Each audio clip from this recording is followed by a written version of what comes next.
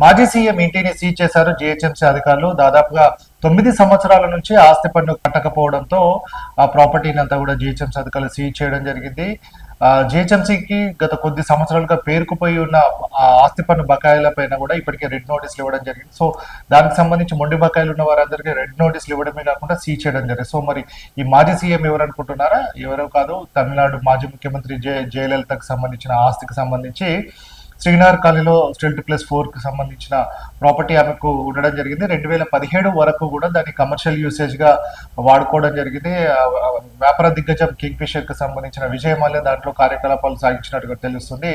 అటు తర్వాత 2017 తర్వాత దాన్ని కమర్షియల్ నుంచి రెసిడెన్షియల్ పర్పస్ లో తాము యూజ్ చేస్తున్నామంటూ జయలలిత మేనల్లుడు జీహెచ్ఎంసీకి అప్పీల్ చేయడం జరిగింది. అప్పటి నుంచి కూడా ఆస్తి పన్నుకు సంబంధించి ఎక్కడ కూడా బకాయిలు ఇప్పటి వరకు కూడా చెల్లించలేదు. దాదాపుగా 7,34,834 రూపాయలు పర్ ఇయర్, సంవత్సరానికి ఇంత డబ్బులు కట్టాల్సి ఉంది.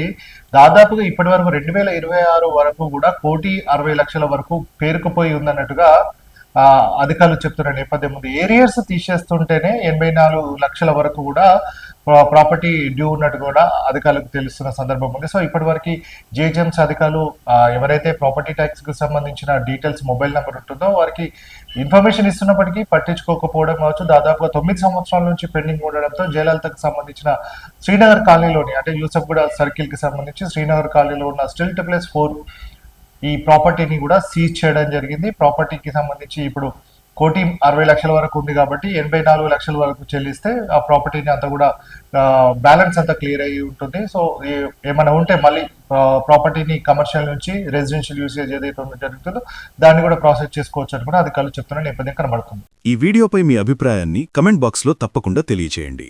అలాగే ఈ వీడియోని లైక్ చేయండి. మీరు చేసే ఒక్క లైక్ మరిన్ని వీడియోలు చేయడానికి మాకెంతో ప్రోత్సాహాన్నిస్తుంది. సామాన్యుడి కోసం మేమందించే సమాచారం కోసం సమయం టీవీ ఛానల్ని ఇప్పుడే సబ్స్క్రైబ్ చేసుకోండి.